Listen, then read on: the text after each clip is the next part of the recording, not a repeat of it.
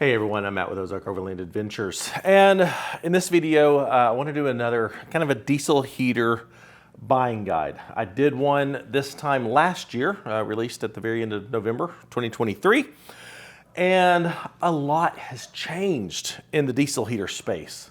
There's more companies, there's more form factors, there's more middle of the road diesel heaters, not just the dirt cheap Chinese diesel heaters.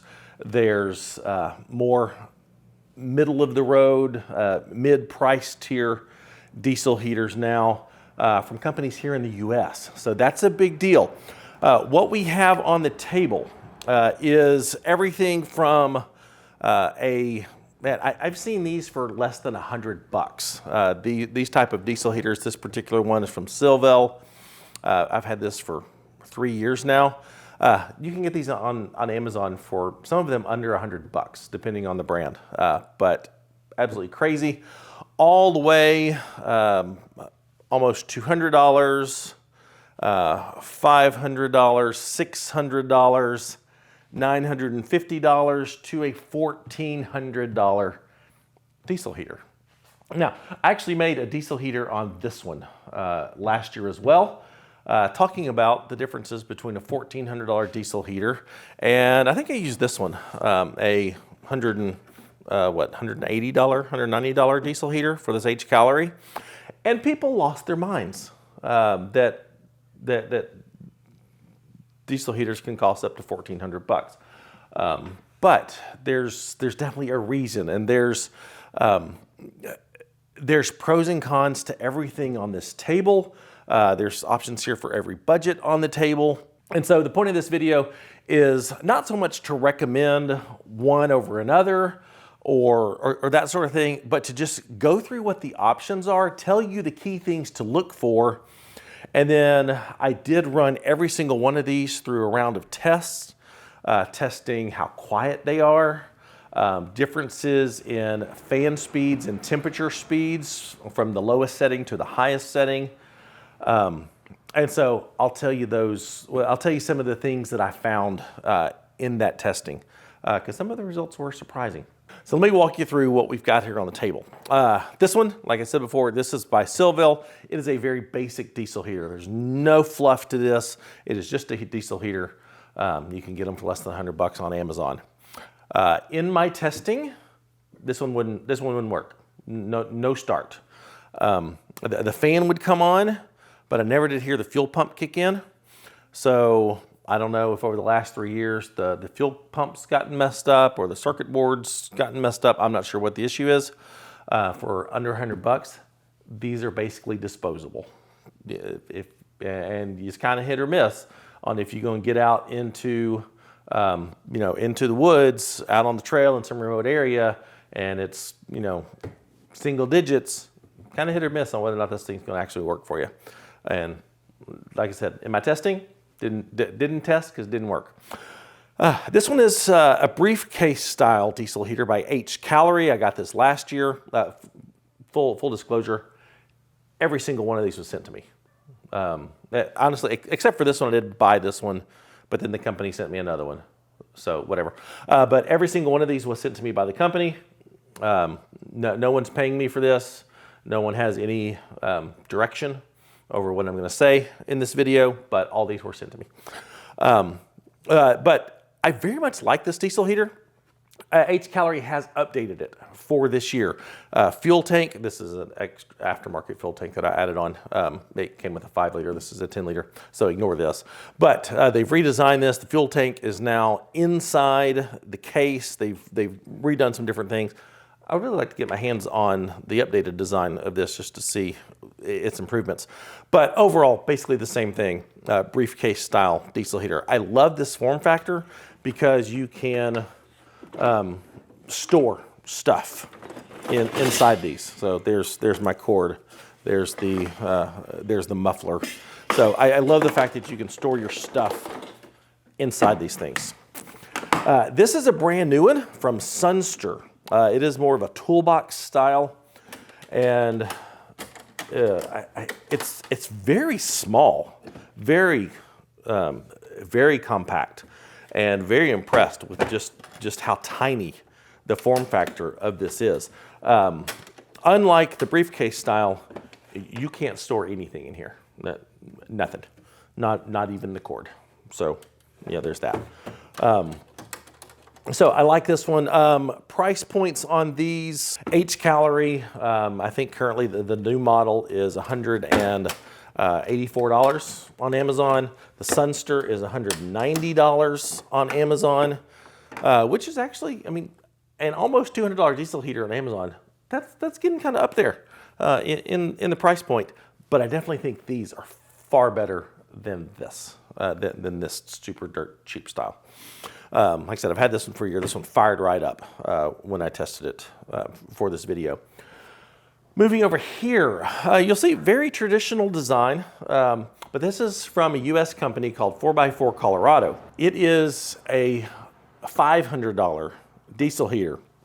Now, full disclosure, I do know the guys at 4x4 Colorado. I talk to them at all the expos, that sort of stuff. They're wonderful people. This, if you've perused diesel heaters on Amazon, you may think this looks familiar, and that's because it is. This is actually, this shell and overall design of it is actually from a Chinese diesel heater company called Max Speeding Rods. So if you buy this, you get the manual, actually is a Max Speeding Rod manual. The app is a Max Speeding Rod, Max Speeding, I'm not sure. But it's their app. But what 4x4 Colorado does is they get the diesel heaters and then they do what you could also do on your own with any of these. The fuel pump is upgraded. The internal components of this is upgraded. They reroute the ducting and stuff underneath here. So yes, while this is overall basically a, Max Speeding Rods diesel heater, they have upgraded a lot of stuff on the inside of this, making it far and above quality-wise what if you just bought the Max Speeding Rods version of this, what it would be. And one of the key things you get by purchasing a diesel heater from a company like 4x4 Colorado, or this one or that one, which I'll get to, is you actually get real support on them. So if something goes wrong, you got a phone number that you can call for 4x4 Colorado. You get to talk to a dude named Chris at the 4x4 Colorado office in Colorado, and he knows everything about these things, and he can help you diagnose anything, fix anything, problem solve anything, help with setup, all that sort of stuff. That's the benefit of, paying $500 for something like this versus, these, which the best you're going to get support for these things is an email address. You're not going to get some dude here in the US. You're not going to get even a phone number for some dude over in India. You're going to get an email address for these to try to troubleshoot. And that's why all these Chinese diesel heaters like this, pretty much disposable. If you start to have a problem with it, I would just pitch it and buy a new one versus trying to fix this, especially if I don't know what I'm doing. And for the most part with these, I don't, when it comes to the internal stuff of these things. Moving on over here, this is a new one from a company called LF Bros. Horrible name, absolutely horrible name, LF Bros. Honestly, they sent me an email and I ignored them for a while because I just thought the name was dumb. But I got to researching it, and this is a very nice, high quality diesel heater by LF Bros. This is their N2 Pro. It is a $600 diesel heater. And it looks similar to the one on the end, but it is not at all similar to the one on the end. This is night and day difference. Lots of major upgrades going on with this thing that we'll get into in a little bit. They even include a handy dandy little bag here for all of your cords and hoses and all that sort of stuff in here. This is arguably the most beautiful and well-designed diesel heater I have ever seen. It's by a company called Sparks Overland. He is also based in Colorado, and he builds these himself. And oh my gosh, the quality in this. The heat exchanger is not just some Chinese heat exchanger. This is by a company called Belief. It is not a plastic housed heat exchanger either. It's actually aluminum, and very, very high quality heat exchanger in this thing. An aluminum 2.3 gallon fuel tank in this thing. So the largest fuel tank by far of any of these. That's not going to spill. Just incredibly well designed, well constructed, beautiful diesel heater. $950 if you get the 12 volt cord adapter. But it is $950. But these are hand built by his team in Colorado. And it is the largest of them up here, but that's because it's got the 2.3 gallon tank. Like this will last you all weekend on a trip. The rest of these, you're gonna have to carry extra fuel, except for my modified H calorie at the end. But all these pretty much have 5 liter tanks. So 1.3 gallons, which if you're on low will get you maybe 2 nights. Pretty much in these, use it one night. You're gonna have to top it off the next night to make sure you don't run out. So absolutely beautiful, well-designed, I mean, over the top diesel heater here. This right here is a work of art, I think. And then on the end, we have the planar heater. This one is $1,400 for my friend Chad at Overland Addicts. It is another briefcase design. And again, you can put all your stuff in here. The hose fits in here. The quality of the cords, the quality of the controls. This is an Autoterm heater, planar Autoterm. They go by the same brands. But Autoterm is the brand name for the heat exchanger itself. And Planar makes their own cases. It's equivalent to a Pelican case. All the stuff on this is very well designed, very well constructed, and it's $1,400. So now that I've introduced these to you, let me talk about the things that really are the most important things, I think, for purchasing a diesel heater, notwithstanding price. First of all, I think they really need to have a Bluetooth app so that from your tent, you can control the diesel heater from your phone and be able to, if you do happen to get an error code, such as overheating or a voltage error code, which are not uncommon, you can see that and restart the heater, shut it down, all that sort of stuff from the comfort of your tent without having to get out in potentially single-digit temperatures to fiddle and mess with it. So app control, I think, is key. These super cheap ones down here at the end, they don't have app control. All the rest of these do. Super bummed that the LF Bros diesel heater does not include an app. I mean, for a $600 diesel heater, that's a mega bummer and is a huge ding on this one.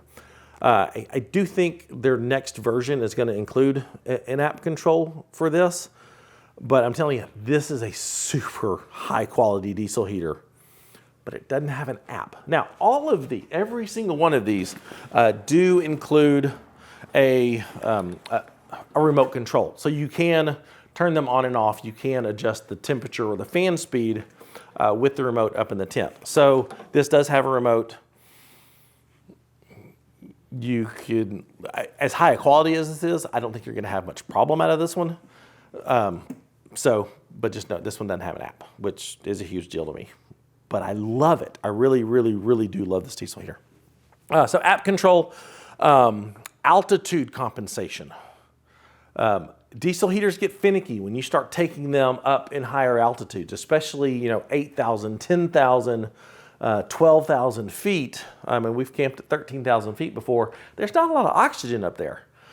So diesel heaters can get very finicky once you start getting into those higher elevations. So built-in altitude compensation is key. And I'm happy to say the new H calorie has it. This one does not. But all of these have altitude compensation. So that's great. Very important if you're going into higher elevations. The fuel caps. Now this isn't a deal breaker for me, but just something to note. All of these type of fuel caps here, this one, the one in here, this one, yeah, these three. If this gets tipped over, or if you have a full tank and you're on the trail and it's sloshing around in the bed of your truck, or God forbid, like the back of your SUV, these leak. There's no way around it. They have vent holes here in the top. Every one of these, I just put a little piece of electrical tape or duct tape over the top of them, because that's where they are very much prone to leak. And when I get to camp, since they can't vent anymore, I just unscrew the cap a little bit to allow them to vent. So just know these, a lot of these with these caps, they're going to leak if they're either way full and you're sloshing around on the trail, or they tip over. And it's, this style right here, it's prone for tipping over. These more square bodies, these aren't going to tip over. This is a spill-proof cap. I did tump this on its side, no spill. The cap in here, if you tump it on its side, it will leak, but sloshing around, it's not going to leak. This one, not going to leak. So as you get into the higher quality, you get into the better caps and stuff, you're not going to get any fuel leakage. So that, for me, that's a big deal, because diesel stinks. The other thing is fuel tank size. Like I said, all of these, this one came with, have a 5-liter tank. So that's pretty standard. I think the new H-Calorie has a 6-liter tank in it. But 5 liters is pretty much going to be the biggest tank you get unless you modify them. So having a 2.3 gallon tank in this is a huge deal with how long you can stay out, how much extra fuel you have to carry, or how much extra diesel you have to carry. So just know fuel tank size is going to matter depending on how long you're staying out, how many extra gallons you can carry with you. That sort of stuff. And another awesome new feature that is coming out on diesel heaters is AC adapters, so that you can plug these into a wall outlet. The 4x4 Colorado comes with an adapter. The Sunster comes with an adapter.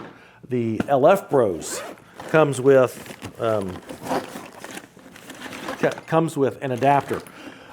Because powering these off 12 volt can be finicky.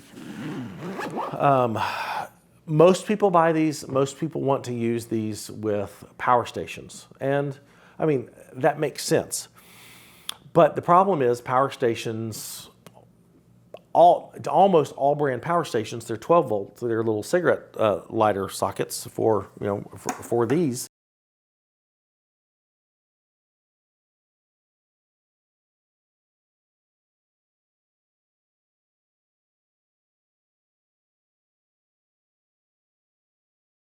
Power usage drops way down. Now, that's very hit or miss, and I've discovered, especially with these lower end diesel heaters, that I think the biggest issue is in the quality control of the diesel heaters. Some require way more power than others just because of lack of quality control. Once you get into these, they're a little more dependable and regulated. But even with some power stations, some can withstand a little higher amperage being pulled from their DC socket than others. So it's very hit or miss on the 12 volt. Highly recommend, if you're gonna go with a diesel heater and a power station, do your research. If it's a lower one, be prepared to do a little trial and error. But I recommend having a dedicated auxiliary battery in the back of your rig. All of our Jeeps have dedicated aux batteries to run all of our camp stuff, to charge things, to power diesel heaters, to power 12 volt blankets, that sort of thing. But if you don't have that and your power station is struggling to run this, this is an awesome option. This is 100% dependable. We'll use just a little more power than doing it off the 12 volt because of the conversion in the brick, but very dependable. So if that's important to you, look for a diesel heater that can run off of a brick, or that includes the 12-volt adapter. And like I said, these three right here all have that. And then the other key thing I think to note is the support that you get. So with the 4x4 Colorado, the Sparks and the Planar, you get an actual human being here in the US, or for Planar in the case Canada, that you can talk to and help with any issues, set up, troubleshooting, diagnostics, whatever, with these. It pains me that LF Bros for this $600 price point doesn't have a phone number you can call and talk to somebody. You get an email address. All of these, you get an email address. Good luck. If you have an issue with one of these, chances are toss it, buy a new one, or go to YouTube and start looking at troubleshooting videos and very much figuring it out on your own. What the issue is, how to fix it. Do you want to fix it? Is it worth fixing it? That sort of thing. That's why I think these are disposable, basically diesel heaters. These are not. I actually had an issue with my 4x4 Colorado. I don't think it was their fault. I picked this up from them at Overland Mountain West, and right after getting it, it lived on its side flat in my Gladiator, and then I spent a week on trail. So it was bouncing around on technical terrain, vibrating, go over on washboard terrain, and did that for a week. And then when I got it home and fired it up, the fan inside the heat exchanger, you can tell something was off, and it was rubbing the plastic and making a horrible noise.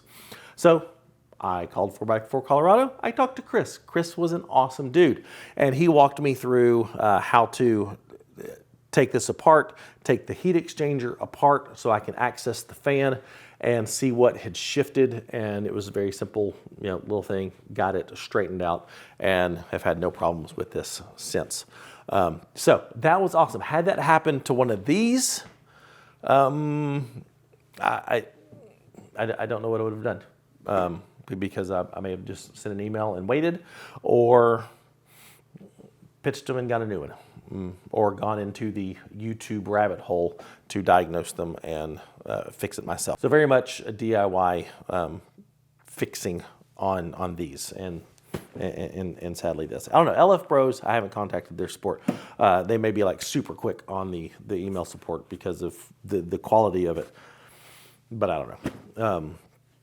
That's my biggest gripe with this. Other thing to note is the sizes that they come in, because they come in, they're rated by kilowatts. So they come in a 2 kilowatt.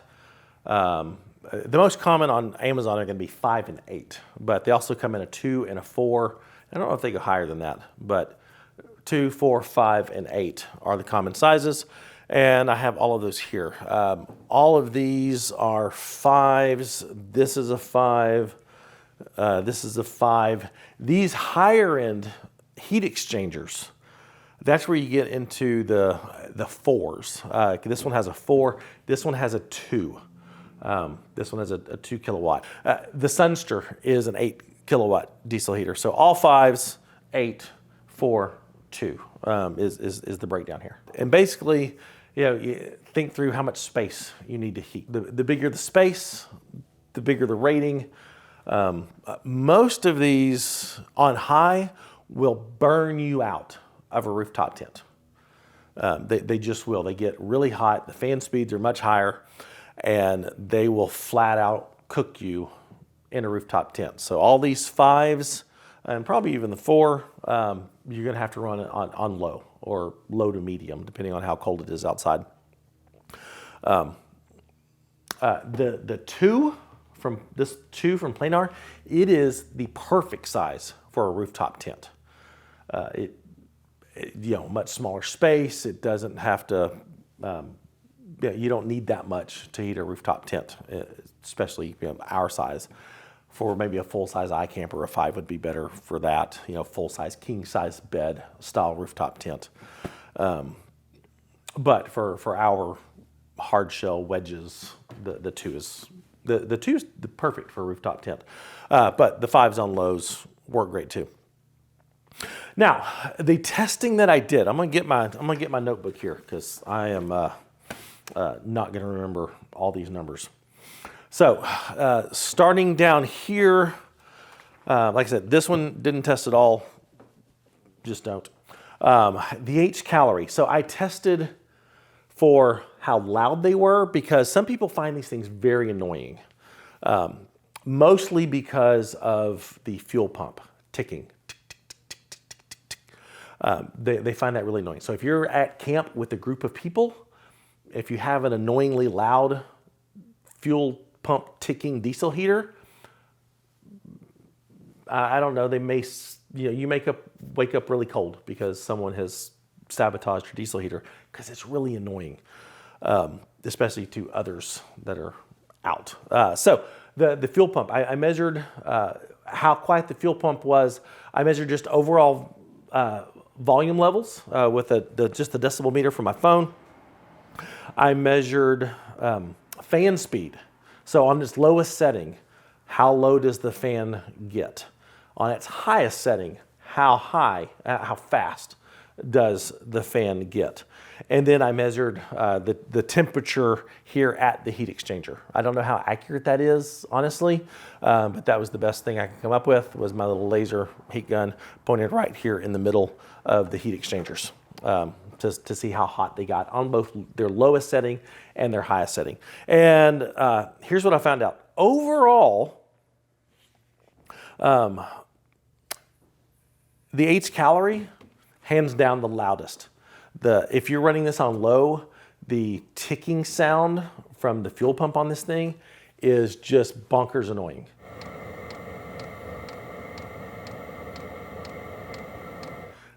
Once you turn this up on a higher setting and the fan speed is drowning out the ticking, then you're okay. This dude, for 190 bucks, I am impressed with the Sunster. It very, very quiet fuel pump. I could not detect the ticking sound on low on this one. 4x4 Colorado, also very quiet fuel pump. Was really impressed with it. LF Bro's the same. This one has a really quiet fuel pump, but on low, I could hear it. And honestly, I think it's because the fuel pump is encased in this aluminum housing and it just kind of creates an echo. Not annoying like on the H calorie, but it was noticeable. You just kick the fan up just a little bit and it goes away. But the planar, very quiet. But let me just kind of go through the ranges here. The quietest on low with my decibel meter, the quietest diesel heater here was the planar. Of course, it's a 2 kilowatt, so it's gonna run lower than the rest of these, but it came in at 60 decibels. Of the 5 and 4 kilowatts, the 69, the LF Bros was 62. Really quiet diesel heater. But the rest of them, the Sunster, also low 60s. Very, very quiet here. But overall, 65? 69 was the loudest of the low settings on those. The loudest diesel heater was this one. Was the Sparks at 79 dBs. The rest of them were around the 76. This one was only 65 on its loudest. And that's because of the fan in this one. And again, aluminum case, I think just kind of echoes. There's really no sound deadening in here. So I think that is playing a factor in the Sparks being the loudest. But 74, 75, 76 decibels is pretty much the average of the rest of them. Temperature ranges, vastly different among them. You would think that the 2 kilowatt planar would have the lowest temperature, but it didn't. The H calorie actually got down to the lowest temperature on low at 228 degrees. The sparks got down to 240, which was real impressive. The planar's lowest was 260. The Sunster was also in the 220s. The LF Bros, man, this one's just hot. It's just hot all the time. 348 for its lowest. So crazy there. The hottest any of them got. Also, LF Pros, it will crank out the heat for sure. Let's see, 350, 320, 360, 275 for the planar, again, 2 kilowatt heater, 380 for the sparks. So definitely some varied temperature ranges between them. The Sunster really surprised me because it being an 8 kilowatt heater inside, got down as low as the rest of them and as high as 350. So big widespread on this. And then the other thing that I measured, because that's where I was really curious about, was the fan speed. On low, how low is that fan speed pumping in that air into the tent? And then on high, what's the range from low to high? Because that's going to make one of the biggest differences, in addition to temperature, is how much air is it pushing in. The planar ranged from 4 meters per second to 7, which, for a 2 kilowatt small rooftop tent, this is great. The biggest range spread was actually this little Sunster. On low, 4.7 meters per second. On high, that sucker would crank it up to 9.3 meters per second. Really, really surprised by that. Good range on the sparks, 3.8 to 7.3. The LF Bows, 3.3. It got down there pretty low to 7.8. Good range here. I was actually disappointed in the 4x4 Colorado. And this is what we experienced when we used this on our trip to Maris Adventure Park in Texas. There's just not a lot of difference in this thing from its lowest setting to its highest setting. So the temperature range on this, low to high, was 300 to 320. Not a huge difference. And then the fan speed, 6.8 for its lowest, and then 8. This thing just always felt like it was hot. It was just always running on high, running on hot, depending on if I had it on its lowest setting or its highest setting. So I was most disappointed in the 4x4 Colorado. I haven't talked to them about this, so I don't know if that's maybe just a fluke. I know they're doing some updates on this for their next version, so I'm not sure. I'm sure I'll be hearing from them when they see this video. But that was surprising on this one. And the H calorie, it had a decent spread, 4.6 for low, 8.8. It'll crank it out there for high, and then got down as low as 228 on the low temperature, and then 360 for the high. So this one has a good variety of range. The other thing is the hoses for these, especially if you're going to run these 5 and 8 kilowatt ones on a higher setting, like above 5. They pretty much all have 3-inch outputs, and you're gonna just get a dryer hose like this. This actually came from 4x4 Colorado. They included the hose, a 15-foot hose, and it is the perfect size for this. And we didn't have any issues with this. But for the most part, especially these smaller ones, the issue you can run into if you're running, say, a 3-inch hose out of the 3-inch pipe and running a longer run up into your tent, that can cause, I don't know if it's a back pressure, but it can cause the heat to kind of build up in the heater and cause an overheating issue.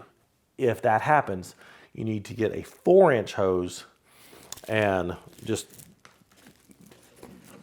join it up on a 3-inch hose to fit on that, and go from a 3-inch hose and then run it into your tent with a 4-inch hose. That will fix any type of overheating issues. Props to 4x4 Colorado for including a hose. None of the rest of these include a hose. Yeah, none of them do. So another thing you have to accessorize with these is the hose. One of the awesome things about the Sparks is he also makes accessories. So you've got this, which allows you to zip your tent up around it and actually seal the tent off, and then have a way to direct the airflow. So Sparks Overland makes these. They also make these awesome silicone adapters. So you take you take your bigger hose and you put it in here. This is another thing really nice. Like, this is how nice this is. It's got this. Come on, there we go. I mean, that's hefty. This is what I mean. So you take your silicone adapter and it goes over here, and then your hose is in here, and a super nice coupler to be able to do that and not have to use the hose clamps. So much better solution there. The LF Bros, man, they give you this bag here with all the stuff in it. They actually give you sadly a much too short run of hose here. That's not going to reach into your tent, but that's all the hose they give you. But this is a 4-inch hose, and they give you these guys. So this fits on here because this is a much bigger opening, and then you put your duct onto here, and that's that helps not kink the air coming right out of the heater, which is really nice. So they give you that. They honestly give you the nicest muffler of any diesel heater I've seen. I mean, that is a beefy, well-designed, really quiet muffler. Mufflers are options on some of these. Some of them include them, some of them don't. It does make a difference. But the muffler on the LF Bros is super nice. Then they give you all the cords and all the wires. And it's just a really nice kit. But it should be for $600. So my recommendations. I mean, I've got such a wide range here. There's not any diesel heaters that I know of that fit in this 200 to 500 range. I think LF Bros does have maybe one model in between here. It's basically the same thing, but lesser components and stuff of it. So you've got a pretty big jump going from $200, $190 here for the Sunster, up to $500. So big jump here. But I think the quality jumping from here to here is huge. It's just a big shift in quality and the US-based support, with the exception of them. It's just a huge jump in quality. So do you need any of these from this side of the table? Well, that's going to depend on how often you go out, how far you go out, how much backup warm stuff you bring with you. If there's value in this space. I go out enough and often enough and cold enough that and far away enough that for me, I don't want to risk anything in this category. I want something that's going to be dependable, that I can trust, and that's going to push me over to this side of the table.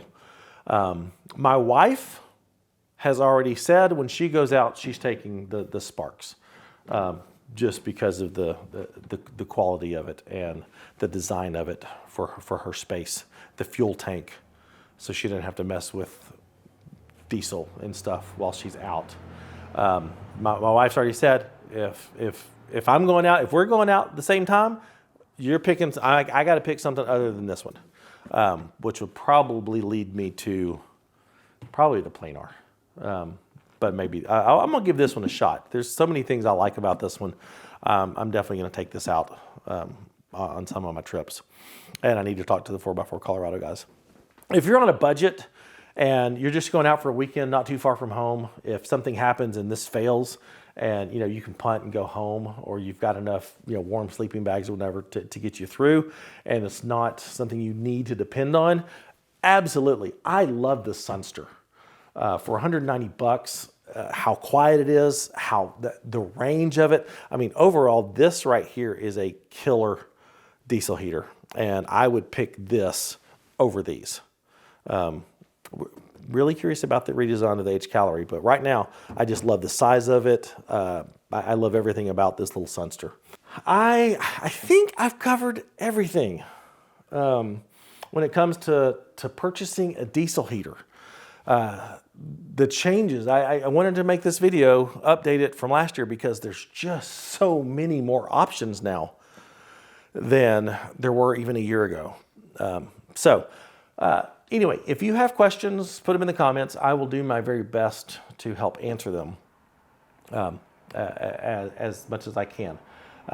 If you would, give us the YouTube love, like, subscribe, all that sort of stuff. And if you're liking the channel and you want to consider supporting us, gain access to special events, special content, all of our GPS data from our trips, check out the Patreon link in the description. And for all of our merchandise, especially hoodies at this time of year to help stay warm on those winter trips, go to shopoverlandapparel.com. Thanks for watching. See you next time. Bye.